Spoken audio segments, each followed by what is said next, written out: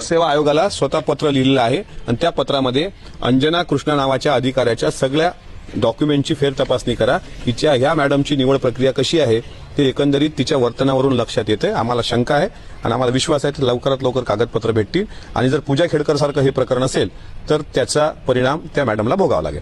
अमोल रामकृष्ण मिटकरी, मी कधीही कोणत्या नेत्याचं नाव घेत नाही, पण सन्माननीय आमदार साहेब, शिव फुले शाहू आंबेडकर हे भाषणात सांगून मागल्या दरवाजातून आमदार होणारे तुम्ही जरासा नीट अभ्यास करजा.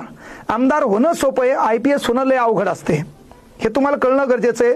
पण अजितदादावर बोलल्यावर ती गोष्ट खोटी का असणं रेटून कशी धरावी आणि त्याबद्दल मीडिया माध्यमातून आपलं मत कसं मांडावं यासाठी नेहमी बेजार होणारे तुम्ही एकदा कधीतरी तुम्ही बोलल्यावर कमेंटमध्ये खाली जाऊन पाहा, लोक तुमचा किती उद्धार करतात. म्हणून तुम्ही कोणाबद्दल कसं बोलावं याचं देखील जरासं शिकणं काळाची गरज आहे. केवळ भाषणबाजीनं माणसं मोठे होत नाहीत, कर्तृत्वानं मोठे होतात, तेही लक्षात घ्या. आणि तुम्ही म्हणता की पूजा खेडकर प्रमाणे हिच्या डॉक्युमेंटमध्ये प्रॉब्लेम असेल तर पूजा खेडकरचा बाप IAS होता, तिच्याकडे पैसा होता.